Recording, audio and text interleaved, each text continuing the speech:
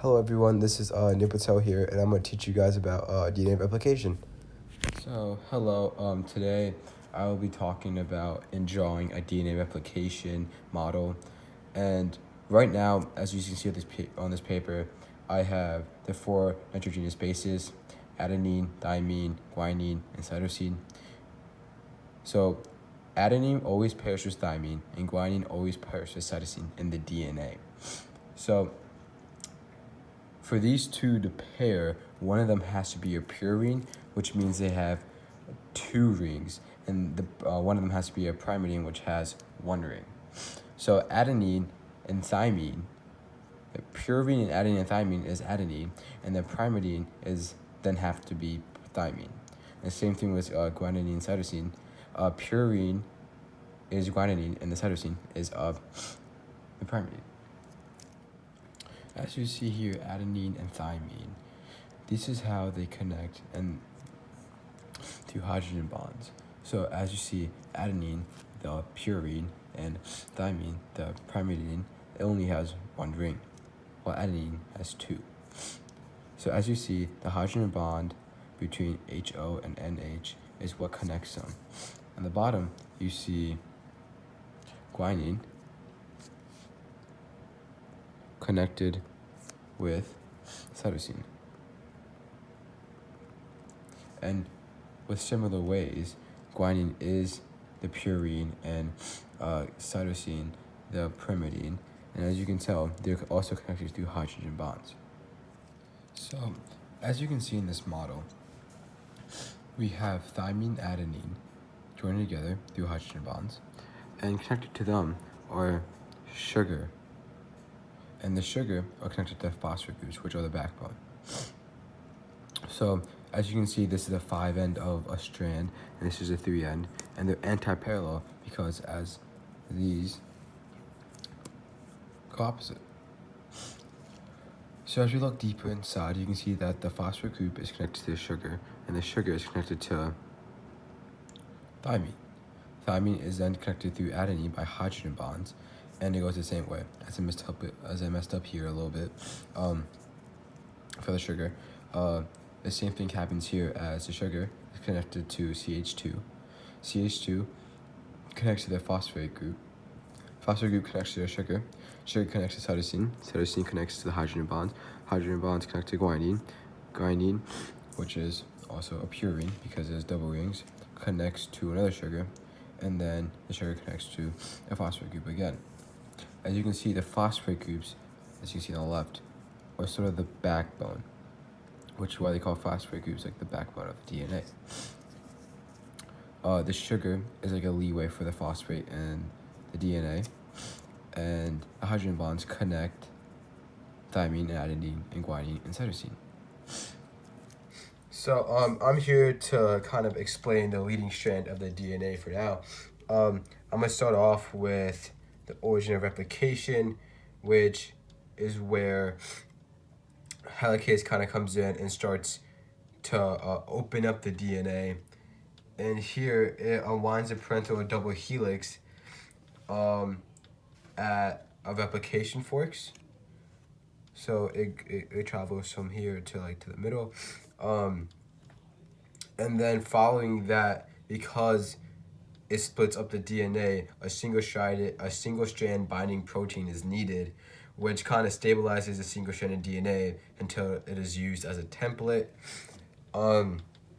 That's where primase comes in, where for the leading strand, it's only needed for the starting point of it, which what will happen is that the primer comes in, starts coding the first couple DNA nucleotides, and then goes away, and then DNA polymerase 3 and DNA polymerase 1 come in, and then it will basically use the parental DNA as a template and synthesizes a new DNA strand by adding nucleotides to an RNA primer, or it will use a pre-existing parental DNA to match it with the correct pair, so A to T or C to G.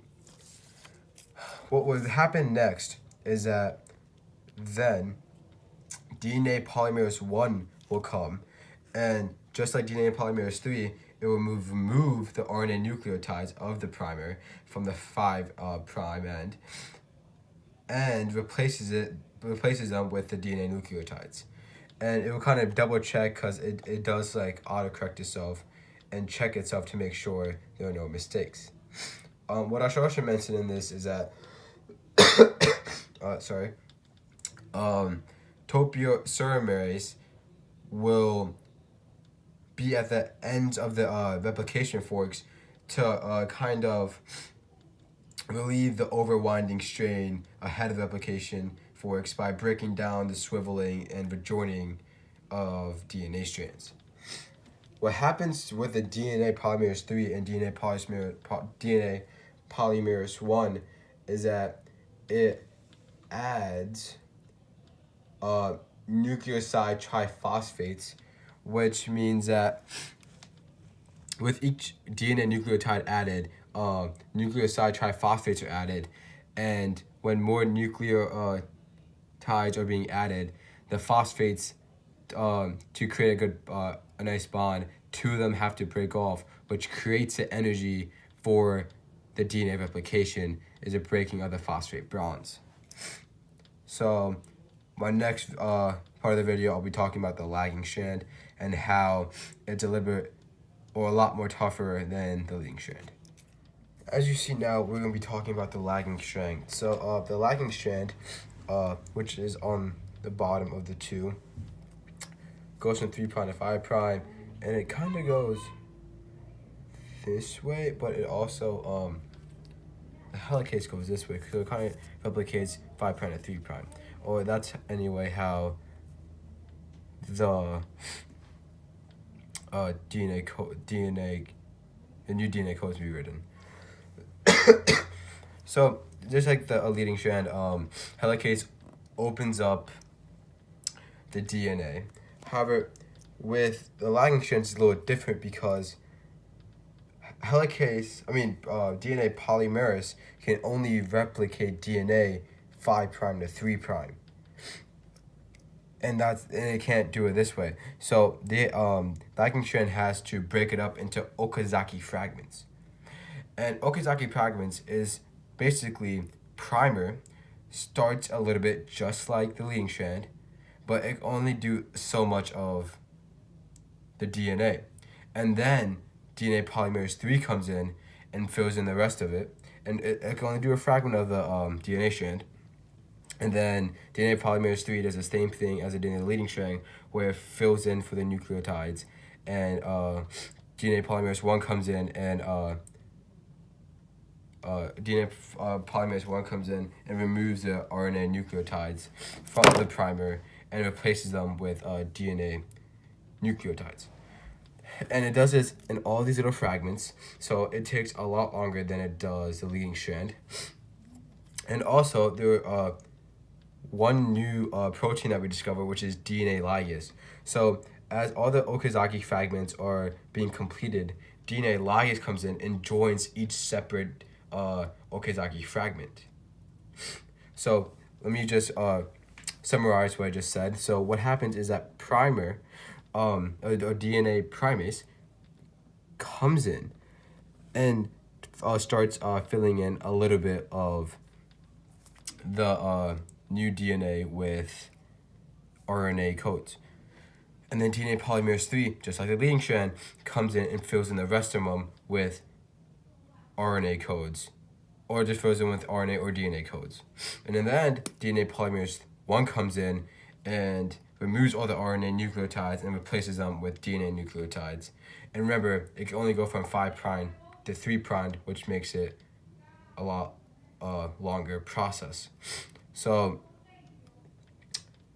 it basically does the same thing as the leading strand, and just the same thing with the next upcoming nucleotide, phosphate. And just like the leading strand, the nucleoside triphosphate does the same thing where when it's added onto the DNA, two of the phosphates are broken, which creates energy for the replication process to continue. This is basically what DNA is all about, and this is how it replicates. So where energy comes from to create the going strand is the nucleoside triphosphate, and where the two phosphate groups are broken and creates energy for the DNA to replicate.